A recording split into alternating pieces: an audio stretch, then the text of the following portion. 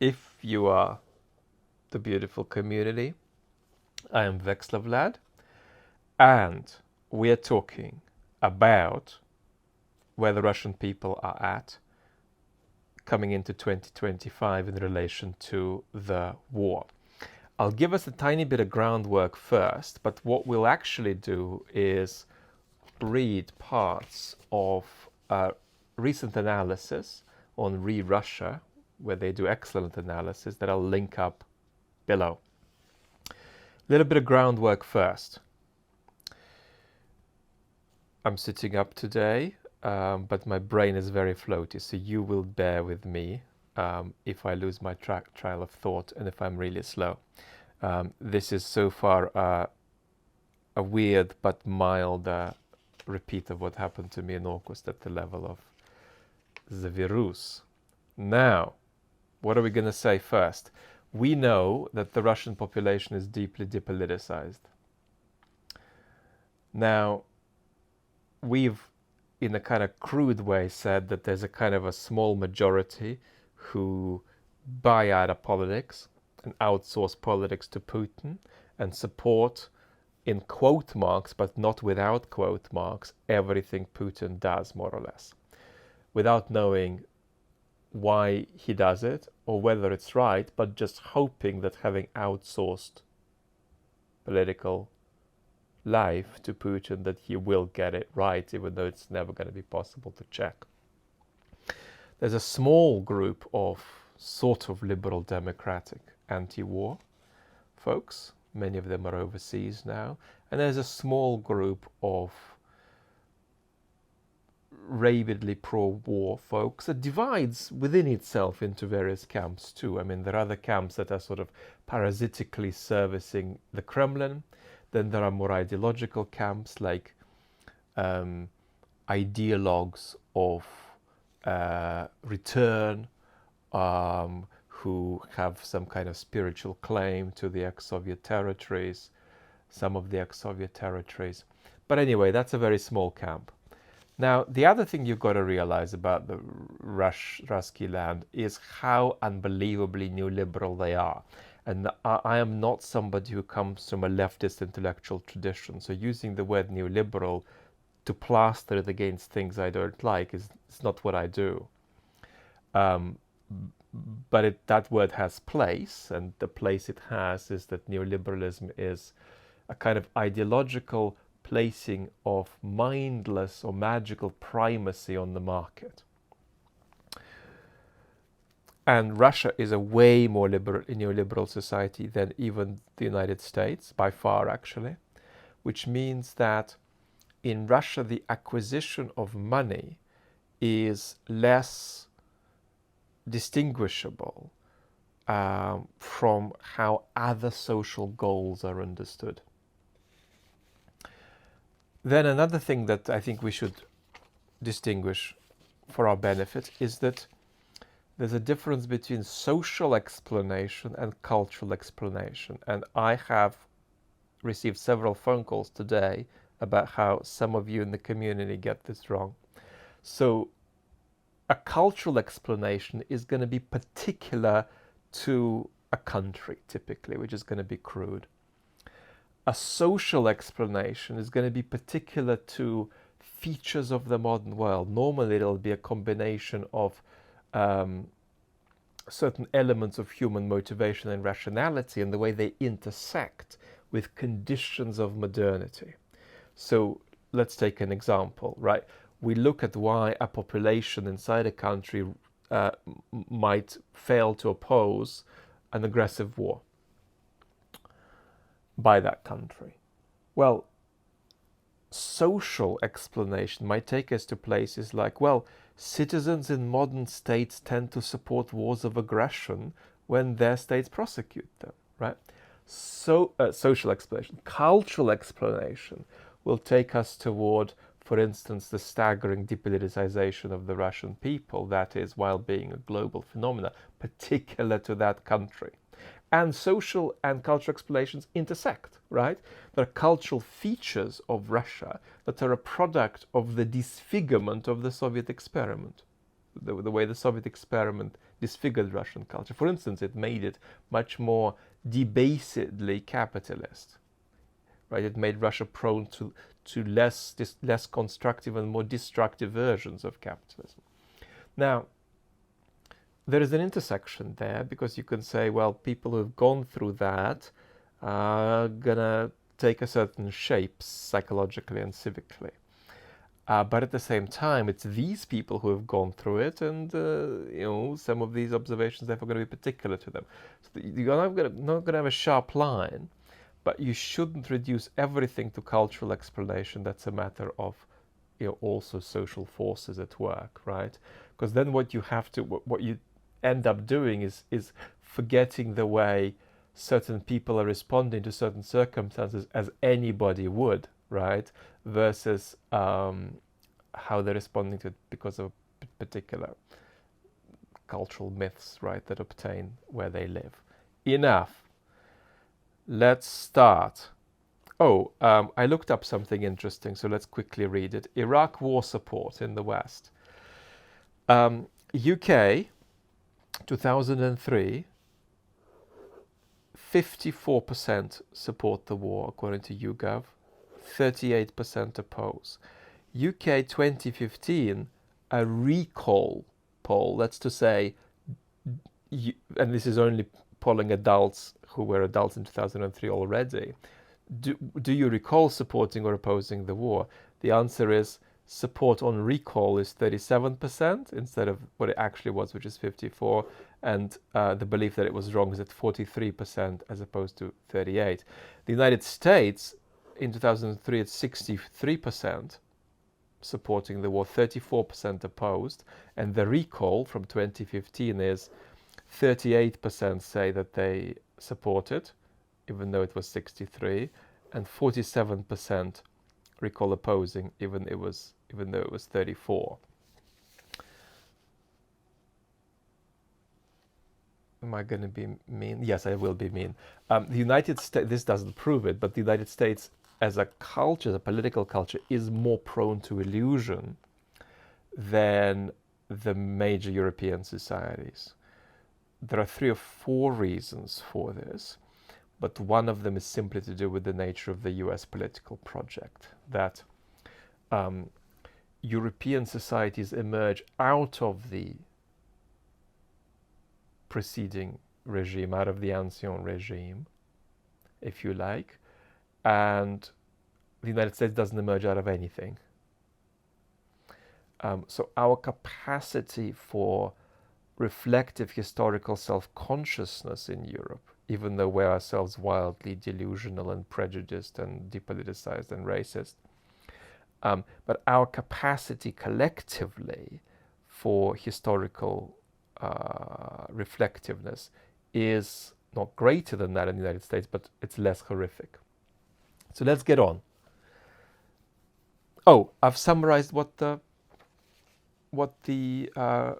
analysis says. Here's what I think what we're going to read says to us about the Russians. I think that what it says is that the Russians don't terribly much want victory in the war. They want normalization, which they sense won't come because Putin doesn't want it, to whom they still outsource politics.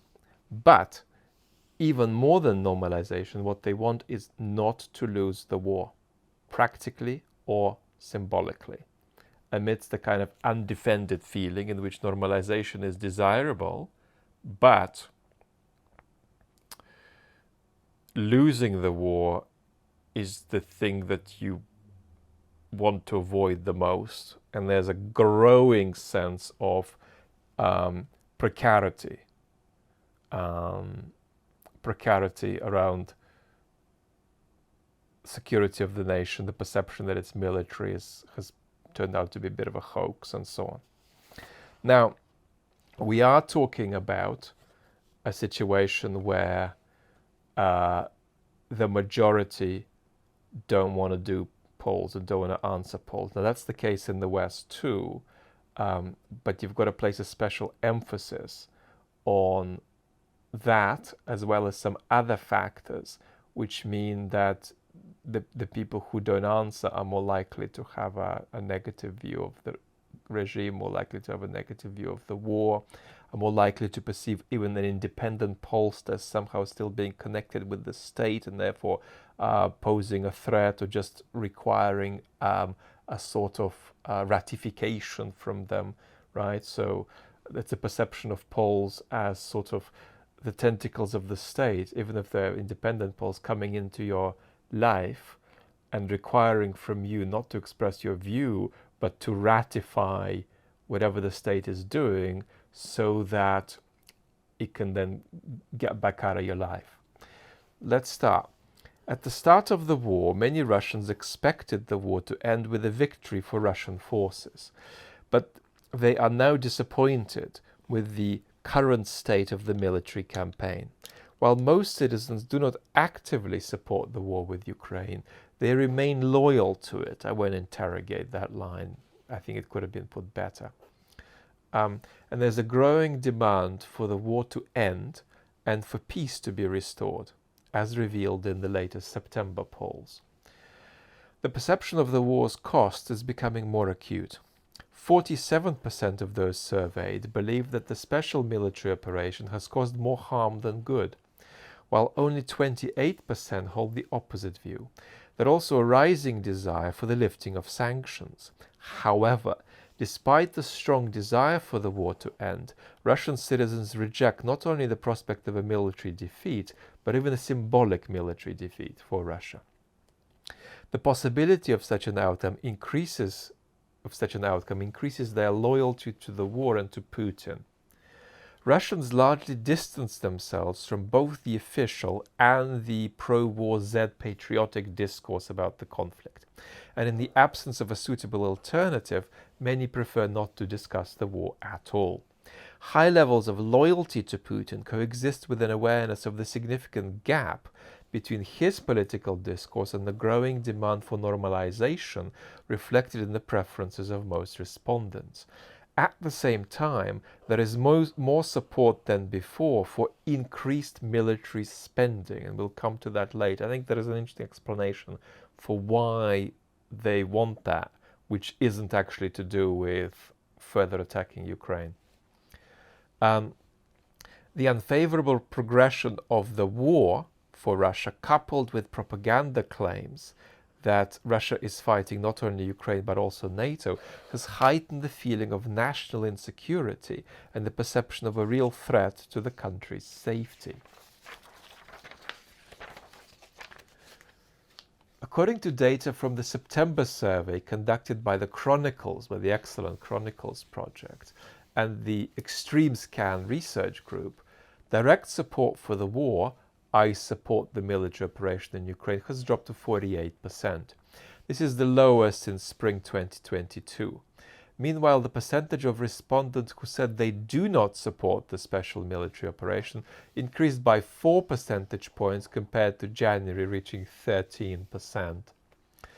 Additionally, the proportion of those who were uncertain or refused to answer this question grew from 35 to 39%.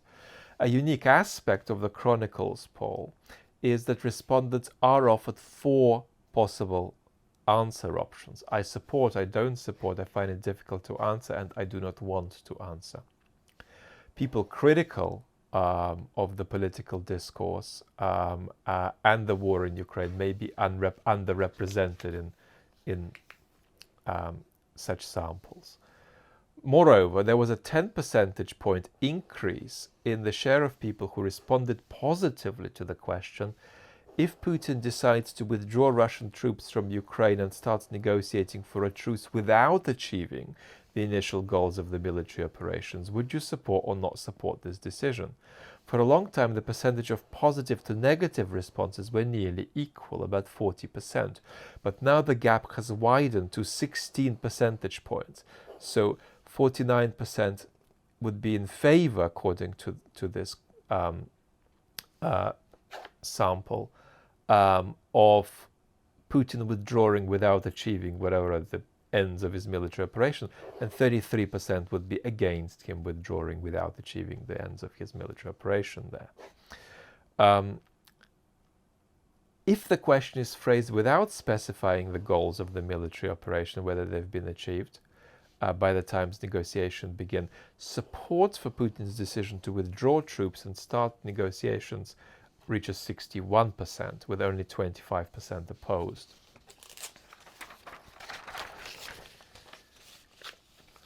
The war appears to provoke a mix of unspoken frustrating emotions among Russian respondents, as shown by another question from the Chronicle's Extreme Scan survey. Would you like to talk more with relatives, friends and colleagues about what is happening on the front, or about the zone of the special military operation? A total of 42% said that they'd prefer to talk about it less, and 22% said that they don't want to talk about it at all. This reflects both the distancing of the 2/3 of respondents from the official pro-war Z Patriot discourse, as well as the lack of an acceptable mode for discussing the war at all in the Russian public space. There is increasing fatigue from the war's costs. Almost half, 47% of the respondents, told the Levada Center's survey that the special military operation has caused more harm than good, 47%. Interestingly, this response prevails across all age groups. I won't quote the stats now, but it gears toward more harm than good very strongly among the younger people, less strongly in the older generation. The reason that's remarkable is because of the depth of the age rift in Russia. In other words, there's an absolutely, it's almost like a country within a country when you compare older folks and younger folks. Younger folks tend to find not just the war, but the very mode of politics in the country completely bizarre and alien.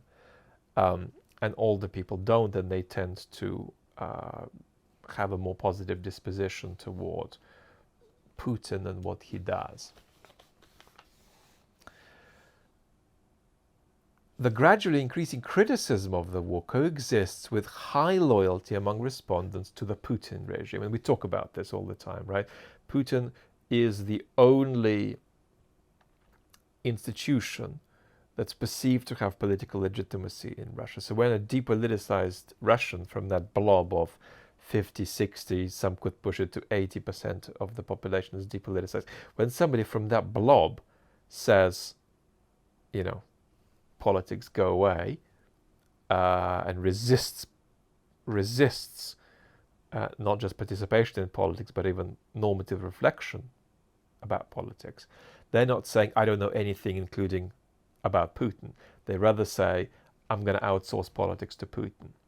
I'm not going to know why he does what he does, but I hope that whatever he does, without my knowing why he is doing it, is going to be good. But I can't verify that. So fingers crossed, and let's get on with our lives. So that's the depoliticized position. It's not a position that's agnostic about whether to outsource, right, politics to Putin. In the Chronicle's Extreme Scan survey, 78% of respondents expressed approval for Putin as president. At the same time, Russian citizens are well aware that Putin's agenda and course diverge significantly from what they themselves would consider optimal. I mean, there is no doubt that the sort of imperial obscurantism of the Putin regime is not in sync with the population. It's running behind, running ahead of the population, who are much less reactionary as a whole. The Chronicle's Extreme Scan survey posed questions to respondents about what events they would like to see happen over the year ahead and whether they believe that these events will actually happen.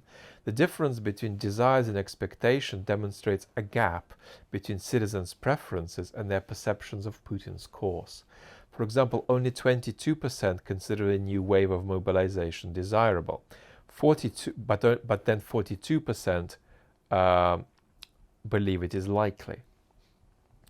A peace treaty with Ukraine involving mutual concessions is viewed as desirable by 63% of respondents, but only 36% think that Putin will do it. Additionally, 85% would like to see the authorities focus primarily on addressing internal socio-economic problems, but only 51% believe this will happen. Interestingly, compared to the previous January survey, the percentage of those who would like sanctions lifted has increased from 55 to 65%, but 33% consider it unlikely.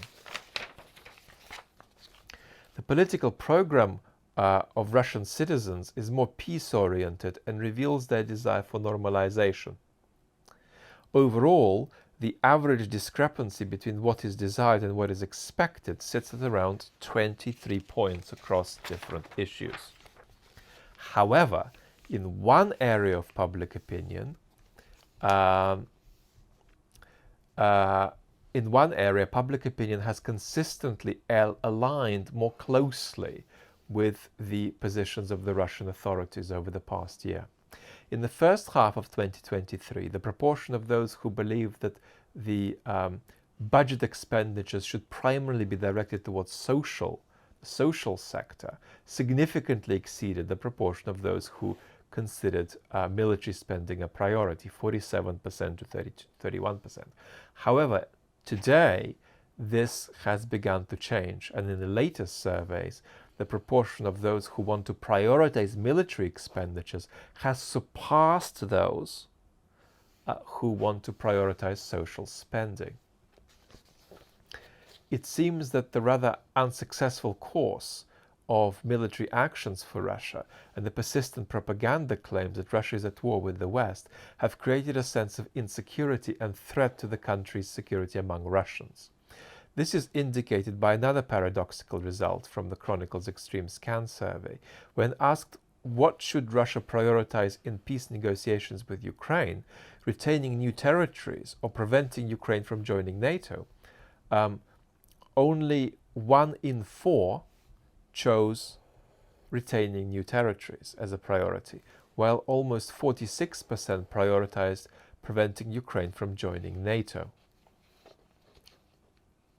This result, on the one hand, again confirms the observation that Russians are relatively indifferent to new territorial acquisitions, which is the focus of Putin's attention. On the other hand, the survey data indicate that the Kremlin has managed to instill fear in the population regarding NATO's approach and create a sense of insecurity. However, it is also important not to overlook a more practical aspect. Increased military spending may appear to respondents as an alternative to mobilization. So because I front-loaded my analytical remarks, I'm not going to say anything further. Lots of love and talk very soon.